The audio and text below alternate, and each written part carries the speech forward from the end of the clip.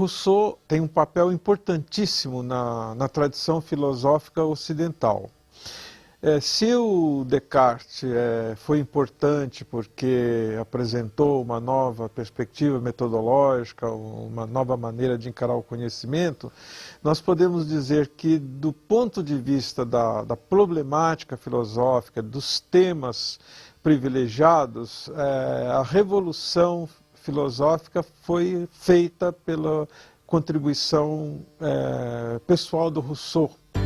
A filosofia do século XVIII era voltada para pensar o homem como um ser genérico, como espécie humana. Rousseau é responsável por uma profunda mudança ao ser o primeiro filósofo a chamar a atenção para o homem concreto, o homem histórico, tanto em suas questões individuais como em sociedade. Rousseau está muito preocupado com a felicidade humana, mas com a felicidade humana a ser realizada e conquistada aqui, nas condições concretas, ao contrário do pensamento metafísico tradicional, que tendia a deslocar esta felicidade para um momento posterior à própria existência histórica dos homens. No século XVIII, o mundo ocidental vive grande efervescência. Um período de profundas transformações históricas, sociais e culturais na Europa, com a afirmação do iluminismo e do naturalismo. Conforme o pensamento dominante na época, Rousseau reconhece o papel prioritário que a razão natural tem na busca de esclarecer o sentido da existência humana. Rousseau interagiu com os enciclopedistas, com os teóricos da Revolução Francesa e com os empiristas ingleses. Debateu com seus contemporâneos as principais teses desse novo momento da filosofia, que se libertava da metafísica da escolástica. É nesse período que vai se constituindo o pensamento político, porque nós temos pela primeira vez na história a possibilidade de ver se constituírem as primeiras nações, os primeiros estados e se colocando a questão concreta do poder. Faz parte de todo este clima, né, bem representado pelo evento da Revolução Francesa, a discussão do papel do todo da sociedade, do povo, no exercício do poder. O Rousseau era uma personalidade complicada, um homem que enfrentou muitas dificuldades de relacionamento, tinha um gênio explosivo, de difícil integração social. A personalidade dele era uma personalidade muito complicada do ponto de vista psíquico, né? Consta, inclusive, que o Rousseau entregou seus próprios filhos, seus 5 filhos, 5 crianças, para o orfanato, né? Abandonou as suas crianças, né? Mas isso não tira de maneira nenhuma o mérito dele, né? Das suas ideias, das suas preocupações, né?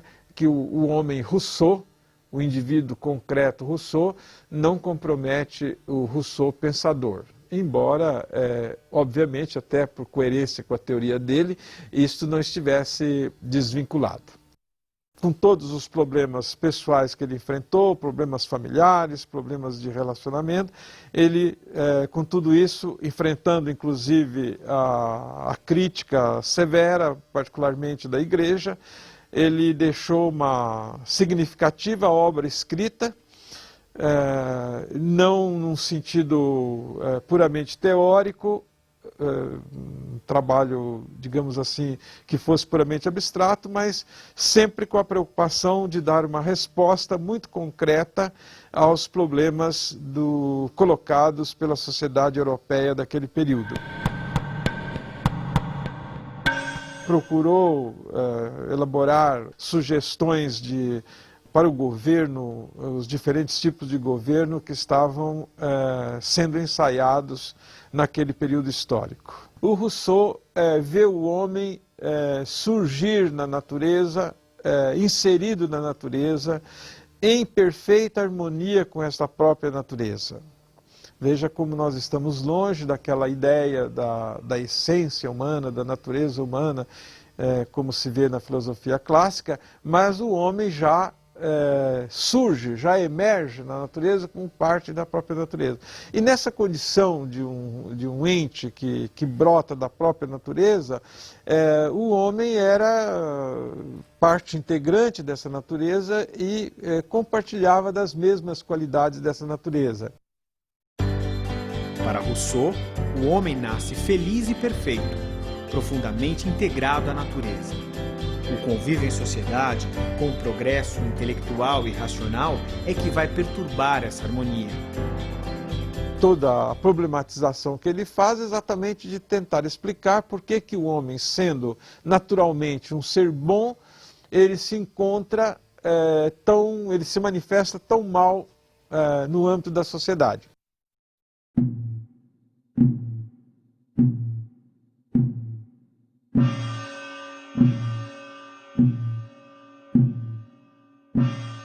Portanto, todo o problema da ação humana, tanto da teoria como da prática, na condução da sua existência, seria como recuperar, como resgatar este estágio de liberdade, felicidade, harmonia com a natureza, que é característica da origem do ser humano, né, e que se encontra totalmente comprometida na convivência social. E é nesta linha que todo o seu investimento intelectual, toda a sua reflexão filosófica vai passar muito no sentido vai muito na linha de, primeiro, fazer um diagnóstico, uma descrição das nossas misérias, não é? Mostrar como esses grilhões nos escravizam e, ao mesmo tempo, apontar na direção daquelas novas condições que poderiam nos trazer a felicidade. E é por isso que o Rousseau, ao modelar, né, ao vislumbrar esta nova sociedade, ele tem necessidade também de pensar numa educação diferente do que aquela que estava sendo praticada no seu momento histórico e a qual, sem dúvida alguma, se devia o desenvolvimento das ciências e das artes, mas que tinha trazido como consequência esta perda da felicidade, esta perda da liberdade e da vontade humana.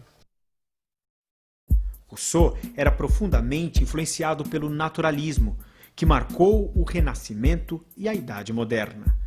O pensamento vigente considerava o mundo natural, o mundo material, como uma entidade dotada de autonomia.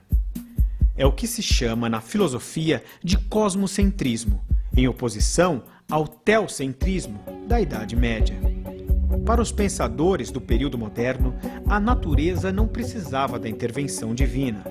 Mesmo aqueles filósofos que acreditavam em Deus tratavam a natureza como uma entidade autônoma e como centro de seu objeto de estudo. Do nosso antigo teocentrismo da Idade Média, nós passamos para um cosmocentrismo no Renascimento e no começo da Idade Moderna e chegamos no século XVIII, já focando muito a imagem do homem, a importância do homem, e vamos entrar nesta fase do pensamento ocidental em que predomina esse antropocentrismo.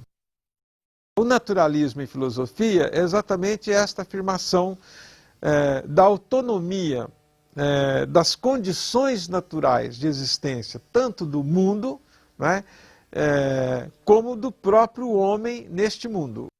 E assim como a ciência vai procurar explicar, resolver todos os problemas e dificuldades que nós temos em explicar o próprio mundo, a ciência vai tentar explicá-lo, resolver esses problemas, analisando, pesquisando esta própria realidade natural, transformando a natureza no seu objeto de conhecimento e usando tão apenas as luzes naturais da sua razão que faz parte dessa própria natureza para encontrar esta explicação. Ou seja, ao contrário do que ocorria na filosofia metafísica da Idade Média, não se recorrerá mais a contribuições da revelação divina, não se apelará mais à fé. Diferentemente do que pensavam os positivistas e filósofos como Descartes, Rousseau não vê a natureza como máquina. Para ele, o entrosamento entre o homem e a natureza se dá na dimensão do sentimento, de um envolvimento de sensibilidade do qual a fria razão matemática não pode dar conta. Que o homem não pode ser tratado pura e simplesmente como um fragmento dessa natureza, como um fragmento material, objetivo dessa natureza, mas, evidentemente,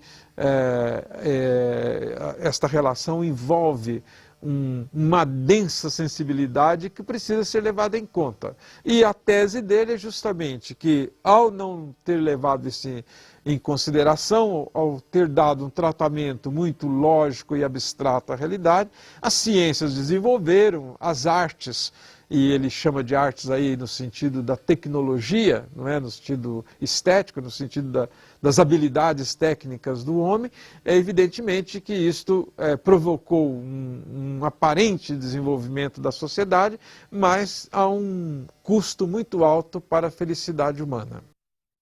A vida, a convivência em sociedade vai se apresentar como um fato concreto, como um fato real para os homens e, consequentemente, o filósofo não pode ignorar este fato. Mas, ao mesmo tempo, o filósofo percebe que esta vida em sociedade não está, de maneira nenhuma, correspondendo, garantindo a segurança e a felicidade dos homens. Então, Rousseau, preocupado com essa situação, vai, uma vez descritos todos os impasses, todos os malefícios desses grilhões a que ele se refere, ele vai pensar um outro tipo de organização da vida em sociedade. Rousseau acreditava que a vida social não deveria comprometer a harmonia entre o homem e a natureza. Para isso, cada um teria de abrir mão de seus interesses egoísticos e todos deveriam fazer um pacto coletivo para colocar a vontade geral acima das vontades particulares. Desse modo, a liberdade dos indivíduos conviveria muito bem com a necessidade das normas e leis que eram impostas no âmbito da sociedade. Se o homem ficasse única e exclusivamente no âmbito da natureza, ele viveria feliz, em harmonia com as pulsões dessa natureza. Mas como o homem, historicamente, se encontrou e foi levado a esta vida social, obviamente surgiu um conflito entre a satisfação das necessidades individuais e as limitações trazidas pela vontade geral, pelos interesses coletivos daquela sociedade. E este conflito levou às guerras, levou à opressão, levou à dominação, levou aos grilhões metáfora de que se serve Rousseau. Portanto, a superação desse impasse e a recuperação da condição original do homem, mesmo vivendo em sociedade, só pode acontecer se houver um entendimento entre uma composição entre as determinações, as exigências da vontade geral e as necessidades que também são postas pela vontade particular, condição para que o homem possa ser feliz, realize esse seu objetivo de viver bem, que é a grande preocupação, o pano de fundo de todo o pensamento de Rousseau. A vontade geral se expressará formalmente mediante um processo de convenção, que está por baixo do sentido do contrato social, a ser assinado entre todos os participantes, todos os integrantes da sociedade, e pessoalmente ou através de seus representantes. O que leva, então, necessariamente para a organização de um aparelho político-administrativo que ficou conhecido no Ocidente como Estado, sobre a forma da democracia. Este é o grande objetivo e o tema central do famoso livro do Rousseau, O Contrato Social. Rousseau não tem a menor dúvida. O fundamental, o caminho áureo para se chegar a esse novo estágio, a essa nova condição social, é, sem nenhuma dúvida, a educação. A dimensão fundamental dessa educação é a de levar o indivíduo natural a um novo estágio sem romper seu elo com a natureza. Na análise que Rousseau está fazendo do seu tempo, ele vai fazer uma crítica muito severa à educação tradicional, que era uma educação muito racionalizada, muito técnica, muito impositiva. Daí nós já estamos vendo por que Rousseau é considerado o pai da educação moderna. Porque ele é o primeiro pensador e o primeiro teórico da educação a realmente levar a sério a criança, a reconhecer a importância desse estágio como uma referência para o desenvolvimento. Ao contrário da pedagogia tradicional, que via na criança apenas uma potência, como uma folha em branco que era preciso trazer tudo e colocar ali, e geralmente trazendo aqueles valores, aquelas referências já da pessoa adulta, e de uma pessoa adulta, segundo Rousseau, totalmente deformada pela própria vida social. O Rousseau alerta pela primeira vez na história que é preciso levar em conta, tomar com muita seriedade o próprio modo de ser da criança. E, portanto, nós vamos ter agora uma pedagogia centrada na criança, que reconhece a criança, não mais pegar o modelo do adulto para a implementação pela criança, mas buscar acompanhar a própria pulsação da criança, que é feliz, que nasce livre, que nasce em harmonia com a natureza. Rousseau propõe uma educação que respeite a integridade, a autenticidade e a autonomia da criança. Lança as bases de uma pedagogia que valoriza muito mais a aprendizagem do que o ensino. O mestre não deve impor, mas atuar na direção de despertar e orientar o aprendiz, incentivando posturas convergentes com uma relação harmoniosa com a natureza. Então, a grande discussão que nós vamos encontrar e o conjunto de soluções que nós vamos encontrar no Emílio, a famosa obra, então, que o Rousseau escreve para falar desta nova educação, ele aproveita, ele como que conta uma história de como seria a educação de uma criança nessa nova perspectiva dele, que essa criança é o Emílio, e ele vai mostrando como é preciso trabalhar desde a mais tenra idade, esta relação da criança com a natureza e não no sentido de romper esta relação. Educado dessa forma, Emílio será um cidadão capaz de assumir e aceitar as exigências impostas pela convivência social, sem sentir-se oprimido, pois terá pactuado por elas. Eu acho que a gente assume uma postura coerente com essas premissas de Rousseau quando nós procuramos encarnar na nossa prática cotidiana, e olha que não é nada fácil, né, esta dimensão de respeito pela autonomia e pela liberdade do educando. Quer dizer, a grande meta da educação é justamente a constituição de sujeitos autônomos. Quer dizer, esta ideia da autonomia, da vontade, da autonomia, da liberdade, da razão, seja frente aos nossos determinismos naturais, né, com os quais eu preciso necessariamente conviver, porque eles fazem parte do meu a priori existencial, seja em relação aos determinismos da sociedade.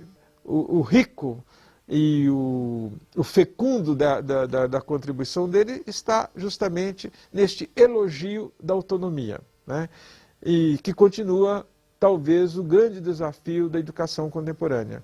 Hoje, né, esses grilhões de que fala o Rousseau assumiram novos formatos, as opressões são de outra natureza, estão vindo da própria tecnologia, da própria ciência, do modo de organizar da sociedade, essa engenharia social, do condicionamento pelos meios de comunicação. Quer dizer, nós continuamos tendo muitos dos grilhões, né, e, consequentemente, o aprendizado para uma vivência democrática continua. Certamente o Rousseau, e aí ele era romântico, né, exagerou no que diz respeito às possibilidades da felicidade humana.